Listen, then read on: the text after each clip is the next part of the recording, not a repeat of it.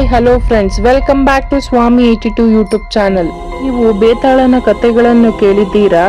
ಬೇತಾಳ ಅಂದರೆ ದೆವ್ವ, ಪೀಡೆ, ಪಿಚಾಚಿ, ಪ್ರೇತ ಹೀಗೆಲ್ಲ ಕರೆಯೋದು ವಾಡಿಕೆ. ಆದರೆ ಕೋಲಾರದಲ್ಲಿ ಬೇತಾಳನ ಬರೋಬ್ಬರಿ 108 ಅಡಿ ಎತ್ತರದ ವಿಗ್ರಹ ಕಟ್ಟಿ ದಿನನಿತ್ಯ ಪೂಜೆಯನ್ನು ಮಾಡುತ್ತಾರೆ. ಬೇತಾಳನನ್ನು ನೋಡಲು ಭಕ್ತರು ಪ್ರತಿದಿನ ಮುಗಿಬಿದ್ದಿದ್ದಾರೆ.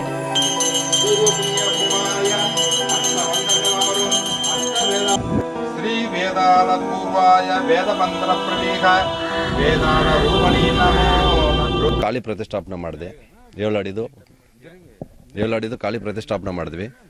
ಆಮೇಲೆ ನಮ್ಮ ತಾಯಿ ಬಂದು ಕನ್ಸಲ್ಲಿ ಹೇಳ್ತು, ಬೇತಾಳಂದು ನೀವು ವಿಗ್ರಹ ಪ್ರತಿಷ್ಠಾಪನೆ ಮಾಡಿ ಅಂತ. 108 ಅಡಿದು ಮೊಟ್ಟ ಮೊದಲ ಬಾರಿಗೆ ನಮ್ಮ ಇಂಡಿಯಾದಲ್ಲಿ ಯಾವುದೂ ಇಲ್ಲ.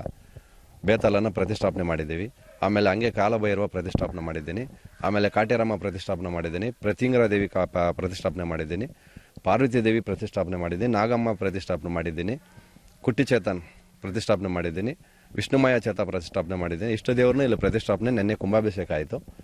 ಇಷ್ಟು ವಿಶೇಷ. ಇಲ್ಲಿ ಜನಗಳು ಏನೇ ಕಾರಣ ಬಂದ್ರೂ, ಇಲ್ಲಿ ಏನೇ ಪ್ರಾಬ್ಲಮ್ ಇದ್ರೂ ನಾನು ಉಚಿತವಾಗಿ ಸೇವೆ ಮಾಡೋಕ್ಕೆ ನಾನು ರೆಡಿ ಇದ್ದೀನಿ.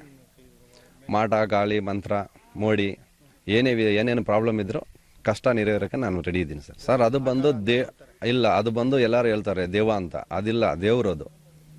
ದೇವರ ಕೃಪೆಯಿಂದ ಬಂದಿರೋದು. ನಾವು ದೇವ್ರಂತಾನೆ ನಾವು ಪೂಜೆ ಮಾಡ್ತಾ ಇರೋದು. ಯಾವುದೇ ಕಾರಣಕ್ಕೂ ಅದು ಬೇತಾಳ ಅದು ಇದು ಅಂತ ಏನು ಭಯ ಪಡೋಂಗೆ ಏನಿಲ್ಲ.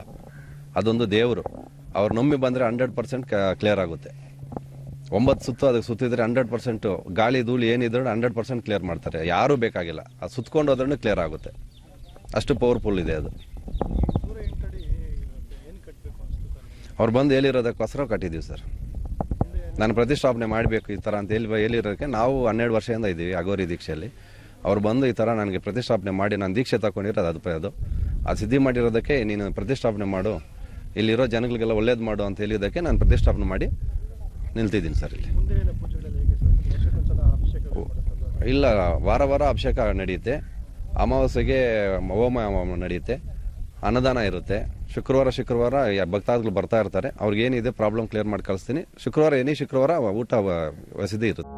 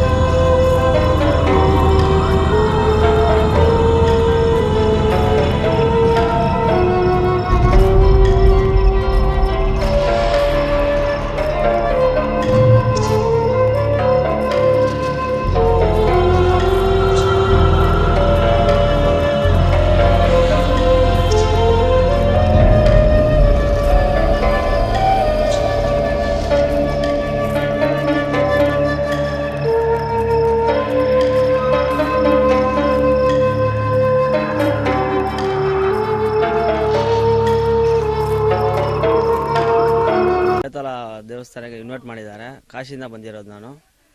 108 ಅಡಿ ಸೆಲೆ. ಈ ಥರ ಬಂದು ಎಲ್ಲಿ ನೋಡಿರಲ್ಲ. ನಮ್ಮ ಕರ್ನಾಟಕದಲ್ಲಿ ನಾನು ಫಸ್ಟ್ ಟೈಮ್ ನೋಡ್ತಾ ಇರೋದು.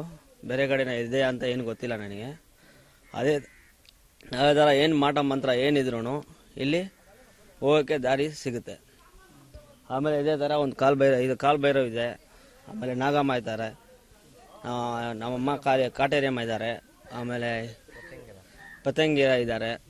ಏನು ಪರಿಹಾರ ಬೇಕಾದರೂ ಇಲ್ಲಿ ಬಂದು ಮಾಡ್ಬೋದು. ಕಷ್ಟ ಅಂತ ಬಂದರೆ ಚೆನ್ನಾಗಿ ಹೋಗ್ತೀರಾ ಇಲ್ಲಿಂದ.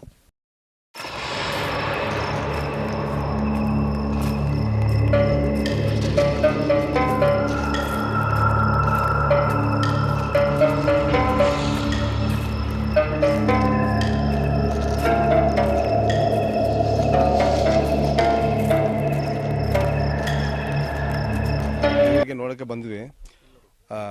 ತುಂಬ ದೊಡ್ಡದಾಗಿದ್ದಾರೆ, ಎಲ್ಲೂ ಕಾಣಿಸಿಲ್ಲ.